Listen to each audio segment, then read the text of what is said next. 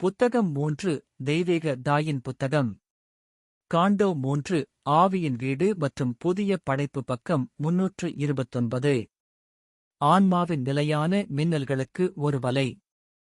அன்பின் தீவிரத்தின் ஒரு காந்த சக்தி. அதன் ஏக்கத் துடிப்பும் வழிபாட்டின் அழுகையும். கடவுளின் அணுகுமுறைகளை நெருக்கமாகவும் இனிமையாகவும் அற்புதமாகவும் ஈர்த்தது. அதன் திடத்தன்மை ஒரு பரலோக உருவகமாக இருந்தது. அதன் உறுதியும் இனிமையான வசீகரமும் மகிழ்ச்சிக்கான ஒரு பிரகாசமான பீடத்தை உருவாக்கியது. தெய்வீக உணர்வால் நெய்யப்பட்ட அதன் உடல்கள் ஆன்மாவுடன் ஆன்மாவின் பிணைப்பின் நெருக்கத்தை நீடித்தது. வெளிப்புறக் காட்சி மற்றும் தொடுதலின் அதன் சூடான விளையாட்டு இதயத்தின் மகிழ்ச்சியின் பிரகாசத்தையும் சிலிர்ப்பையும் பிரதிபலித்தது. மனதின் ஏறும் புத்திசாலித்தனமான எண்ணங்கள் ஆன்மாவின் பேரானந்தம். வாழ்க்கையின் பேரானந்தம் அதன் சுடரையும் அழுகையையும் என்றென்றும் வைத்திருந்தது. இப்போது கடந்து செல்லும் அனைத்தும் அங்கு அழியாமல் வாழ்ந்தன. பெருமைமிக்க அழகு மற்றும் பொருள் பிளாஸ்டிக்கின் நுட்பமான இணக்கத்தில் ஆன்மீக ஒளிக்கு. அதன் ஒழுங்கான மணிநேரங்கள் நித்திய சட்டத்தை அறிவித்தன. பார்வை மரணமற்ற வடிவங்களின் பாதுகாப்பில் இருந்தது. காலம் நித்தியத்தின் வெளிப்படையான அங்கி. சுயத்தின் உயிருள்ள பாறையை வெட்டிய ஒரு கட்டிடக் கலைஞர் நிகழ்வு முடிவிலி கடலின் கடற்கரைகளில் யதார்த்தத்தின் கோடைகால வீட்டைக் கட்டியது.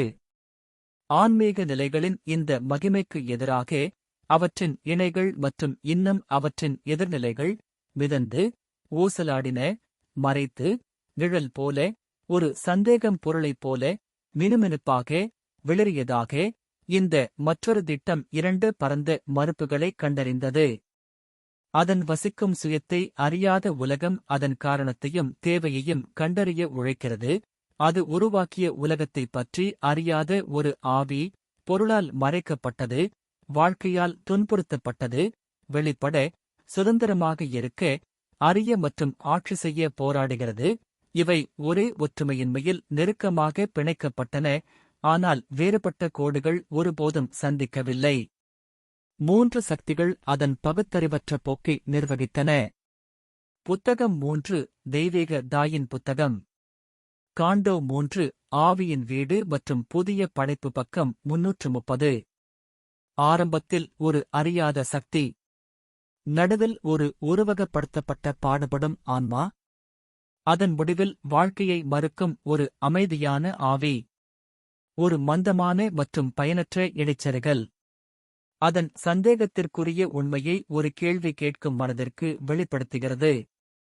அறியாமை சக்தியால் அதன் பங்கை வகிக்கவும் அவளுடைய முடிவற்ற கதையை பதிவு செய்யவும் கட்டாயப்படுத்தப்படுகிறது. அவளுடைய அறியாமை திட்டத்தின் மர்மம் மற்றும் இரவில் இருந்து பிறந்த ஒருவரின் புதிர் தேவையுடன் ஒரு திருமணத்தால் வாய்ப்பு. இந்த இருள் நமது உன்னதமான விதியை மறைக்கிறது. ஒரு பெரிய மற்றும் புகழ்பெற்ற உண்மையின் ஒரு கிரிசாலிஸ். அது அதன் உரையில் உள்ள சிறகுகள் கொண்ட அற்புதத்தை அடக்குகிறது. அதனால் அது பொருளின் சிறையிலிருந்து தப்பித்து அதன் அழகை உருவமற்ற பரந்த மீது வீணடித்து அறியப்படாத மர்மத்தில் ஒன்றிணைத்து உலகின் அற்புதமான விதியை நிறைவேற்றாமல் விட்டுவிடுகிறது.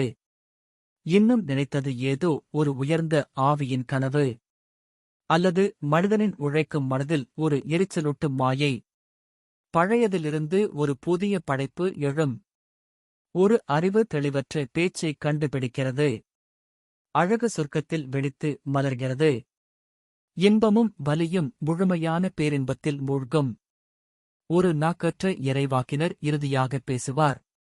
அதீத உணர்வு பூமியில் வளரும். நித்தியத்தின் அதிசயங்கள் காலத்தின் நடனத்துடன் இணைகின்றன. ஆனால் இப்போது அனைத்தும் வீணாக நிறைந்த பரந்ததாக தோன்றியது. ஒரு மயக்கமடைந்த ஆற்றலால் தாங்கப்பட்டது. சுயமாகவே ஊமையாக இருக்கும் பார்வையாளருக்கு அவர் பார்த்த அர்த்தமற்ற நிகழ்ச்சியைப் பற்றி கவலைப்படாமல் வினோதமான ஊர்வலம் கடந்து செல்வது குறித்து எதிர்பார்க்கப்படும் முடிவுக்காக காத்திருப்பவரைப் போல அவர் ஒரு உலகத்திலிருந்து வரும் உலகத்தைக் கண்டார். அங்கு அவர் பார்த்ததையோ உணர்ந்ததையோ விட தெய்வீகமாகக் கண்டார். நனவின் விளிம்பில் வெகு தொலைவில். நிலையற்ற மற்றும் பலவீனமான இந்த சிறிய சுழலும் பூகோளம்